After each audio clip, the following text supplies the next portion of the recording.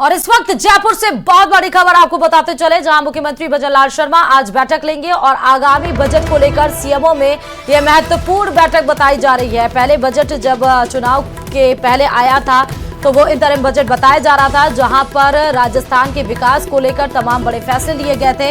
अब आगामी बजट जो पूर्ण बजट बताया जा रहा है उसको लेकर सीएमओ में आज बड़ी बैठक होगी। नेताओं अधिकारियों से मुलाकात का कार्यक्रम बताया जा रहा है। मुख्यमंत्री भजनलाल शर्मा का आगामी बजट को लेकर सीएमओ में यह महत्वपूर्ण बैठक बताई जा रही है, जिसमें नेता भी शामिल होंगे बीजेपी के, जिसमें अधिकारी भी शामिल होंगे, क्योंकि अधिकारी ही हैं जो रिपोर्ट तैयार करते हैं और नेता हैं जिन्हें धरातल पर क्या कुछ है उसकी जानकारी होती है। तो नेताओं और अधिकारियों से मुलाकात कर इस बैठक में फीडबैक लिया जाएगा। बजट किस तरह से होना चाहिए जो विकसित भारत 2047 के विजन को आगे बढ़ाते हुए साथ ही प्रदेश के विजन को भी आगे बढ़ाए। तो आज इसको लेकर सीएमओ में बड़ी बैठक होनी है मुख्यमंत्री भजनलाल शर्मा के द्वारा। और गुजरात के मोरबी में बड़ा हादसा होते होते टला है। हाईवे पर एक तेज रफ्तार कार का टायर फटने से हड़कंप मच गया, जिसकी आवाज सुनते ही आसपास के लोगों में भगदड़ मच गई। हालांकि कार सवार महिला की सूझबूझ से कार में बैठे सभी लोग सुरक्षित बताए जा रहे हैं। ये तस्वीरें हम आपको दिखा रहे हैं गुजरात के मोरबी में, जहां बड़ा हादसा होते होते टला है। तेज रफ्तार कार का टायर फट गया। रफ्तार की कार आप देख सकते हैं कितनी तेज थी। हाईवे की एक घटना है जहां अचानक से ये स्पीड में जाती हुई कार का टायर फट गया। अचानक से मोरबी में यह बड़ा हादसा फिलहाल होते होते टल गया है। तेज रफ्तार कार के फटने की यह तस्वीर बिल्कुल भयभीत करने वाली है।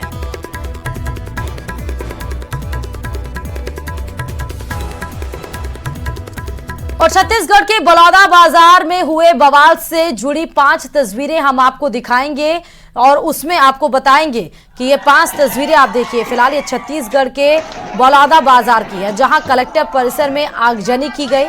उसके बाद दूसरी तस्वीर आप देखिए कि गाड़ियां जलाई गई। उपद्रवियों पर एक्शन होगा ऐसे सख्त निर्देश दिए गए। पथराव और तोड़फोड़ भी की गई। गाड़ियां जो खड़ी थी उनको क्षतिग्रस्त किया गया और सीएम ने इन सभी विवाद पर अब रिपोर्ट मांगी है। अब आपको बताते हैं कि सतनामी समाज के प्रदर्शनकारियों ने कलेक्ट्रेट ऑफिस में आग लगा दी।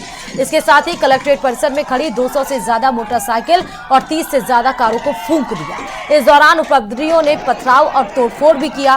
छत्तीसगढ़ सरकार की तरफ से पुलिस प्रशासन को उपद्रवियों पर सख्त कार्रवाई के निर्देश दिए गए हैं। साथ ही सीएम ने डीजीपी और मुख्य सचिव से रिपोर्ट भी मांगी है।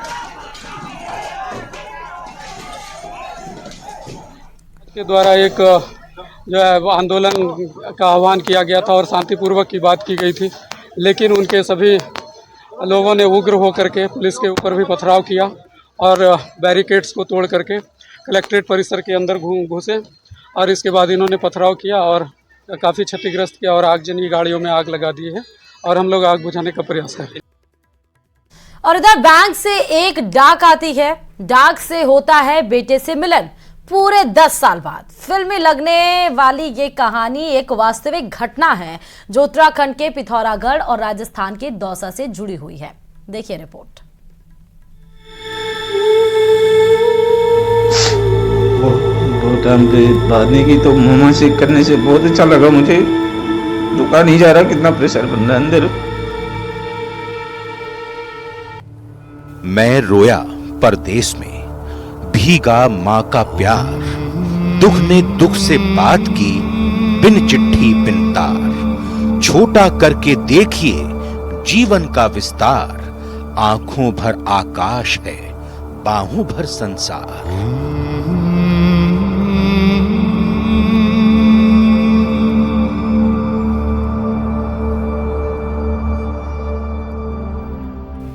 ख्वाबों, ख्यालों और धड़कन में बसने वाली मां।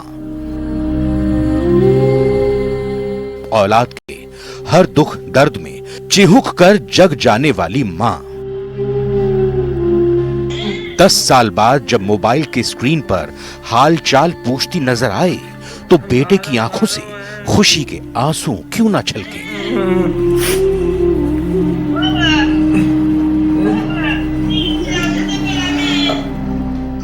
कंठ क्यों ना अवरुद्ध हो।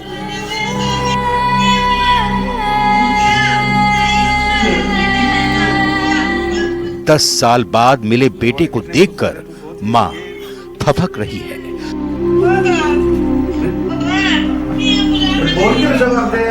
अपने लाल का हाल चाल पूछ रही है।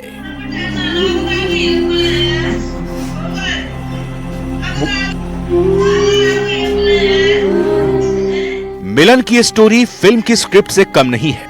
उत्तराखंड के पिथौरागढ़ के निकाना गांव का रहने वाला सूरज करीब 10 साल पहले किसी बात से नाराज होकर घर से निकल गया। परिजनों ने जगह जगह तलाशा, लेकिन कोई सुराग नहीं मिला। सूरज को लापता हुए अब 10 साल हो चुके थे। घर के अधिकतर लोग मान चुके थे कि सूरज इस दुनिया में नहीं रहा। ये जनरली तो होटल ढाबों पर काम करता है और इसने जो अभी पूछताछ में बताया कई जगह, कभी गोवा, कभी जयपुर, कभी कई राज्यों में इसने घूमता रहा, काम करता रहा। घर में कोई छोटी मोटी बात पर रूठ के घर से निकलना बताया था और उसके बाद में ये वापस घर वालों से इसने कभी संपर्क नहीं किया। घर से निकलकर सूरज शहर दर शहर भटकता रहा।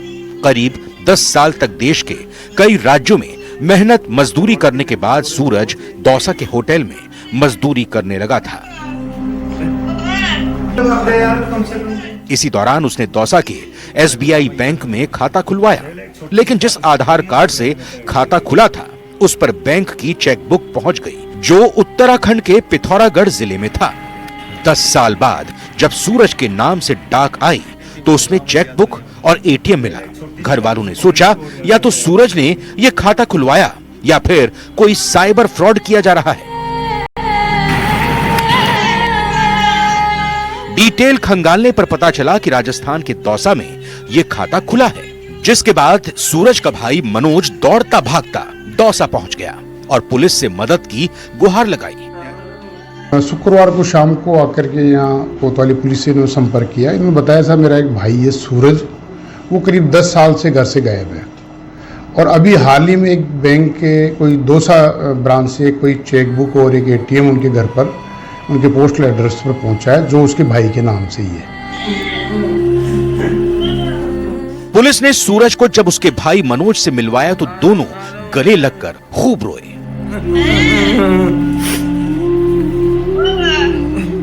इसी बीच मनोज ने अपने भाई की मां से बात कराई तो माहौल और भावुक हो गया।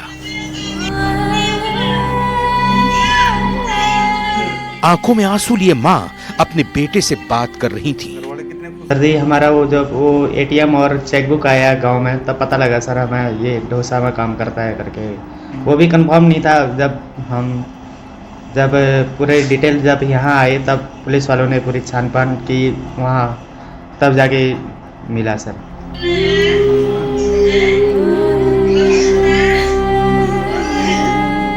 दस साल बाद भाई को अपना भाई मिल चुका है। मां को बेटा और बहन को भाई। सब पुरानी बातें भूल चुके हैं और एक दूसरे से मिलने को बेकरार हैं और पुलिस को धन्यवाद देते नहीं थक रहे।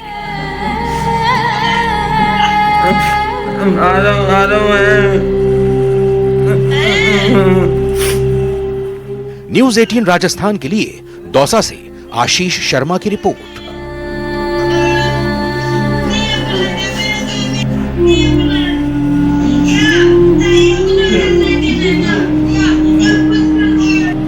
घर वाले कितने खुश हो रहे हैं तो सोच ये। और सीधे आपको वो तस्वीर दिखाते हैं जहां एस जयशंकर विदेश मंत्री एक बार फिर से अपना पदभार ग्रहण करते हुए दिल्ली से ये तस्वीरें अपना पदभार ग्रहण करने के लिए आगे बढ़ते हुए एस जयशंकर आपको तस्वीर में नजर आ रहे हैं। बता दें कि मोदी 2.0 में उन्हें विदेश मंत्रालय दिया गया। विदेश मंत्रालय मंत्री होते हुए उन्होंने इंटरनेशनल बॉर्डर्स के इश्यूज हों या नेशनल इश्यूज हों, यानी कि राष्ट्रीय अगर कोई भी इशू आए या फिर इंटरनेशनल बॉर्डर्स के इशू हों, उस पर एस जयशंकर ने अपना स्टैंड बिल्कुल क्लियर रखा। साफ तौर पर जब बात आ रही थी, चाहे वो रशिया यूक्रेन के मसले की बात आ रही थी और जहां पर भारत के इंटरफेरेंस की बात आ रही थी, उन्होंने साफ तौर पर कहा कि वो भारत जो पहले डरता था, वो भारत जो पहले अपने बातों को स्पष्ट तरीके से रख नहीं पाता, अब उस भारत की तस्वीर बिल्कुल बदल गई है। अब वो भारत नहीं है, हम वो करेंगे जो हमारे नेशनल इंटरेस्ट में होगा, जो हमारे देश के हित में होगा। उन एस जयशंकर को एक बार फिर से मोदी 3.0 कार्यकाल में फिर से वो जिम्मेदारी, वो महकमा उनके कंधों पर दी गई और आज उसी का पदभार ग्रहण करते हुए विदेश मंत्री एस जयशंकर आपको तस्वीर में सीधे नजर आ रहे हैं। और अगली खबर कोटा से है, जहां 31 मई को लापता हुआ छात्र पश्चिम बंगाल में मिला है। छात्र नीट का एग्जाम देकर लापता हो गया था। छात्र ने अपने पिता के एक मोबाइल पर मैसेज भी भेजा था, जिसमें लिखा था, मेरी उस लड़की से शादी करवा दो तब वापस लौटूंगा। छात्र हॉस्टल से कोचिंग जाने के लिए कहकर ये बात निकला था। तो पिता के नंबर पर मैसेज भेजकर लापता हुआ था। अब मैसेज में ये लिखा था कि मेरी उस लड़की से शादी करवा दो तब मैं वापस लौटूंगा। पश्चिम बंगाल से फिलहाल छात्र जो गायब हुआ था, नीट की परीक्षा देने के लिए हॉस्टल से जो कोचिंग जाने के लिए गायब हुआ था, वो फिलहाल वापस मिल गया है। पिता को अपना बेटा वापस मिल गया है। मैसेज में आप देखिए कि लड़की से शादी करवाने के लिए वो ये मैसेज देकर घर से निकला था। और बड़ी खबर आपको अजमेर से इस वक्त की बता रहे हैं, जहां डीपीएस स्कूल संचालक को गिरफ्तार करने के लिए यूपी की पुलिस पहुंच गई है। जी हां, स्कूल के संचालक पर 22 लाख की धोखाधड़ी का आरोप लगाया गया है। गाजियाबाद के इंदिरापुरम थाने में यह शिकायत दर्ज कराई गई थी। गिरफ्तारी वारंट लेकर यूपी की पुलिस सीधे पहुंची है जयपुर। पुलिस को नहीं मिले हैं, अजमेर पहुंची है। पुलिस को नहीं मिले हैं संचालक। शिशुपाल के राजस्थान सहित अलग अलग स्थानों में धोखाधड़ी के मुकदमे फिलहाल दर्ज कराए गए हैं। पुलिस लगातार अलग अलग स्थान पर दबिश दे रही है। तो डीपीएस स्कूल के संचालक पर 22 लाख के धोखाधड़ी का पूरा आरोप, जहां यूपी की पुलिस सीधे अजमेर पहुंची हुई है। और मारो राजस्थान में फिलहाल इन खबरों के साथ इतना ही। और आगे हमारा खास प्रोग्राम देखिए 8:30 बजे गोरबंद।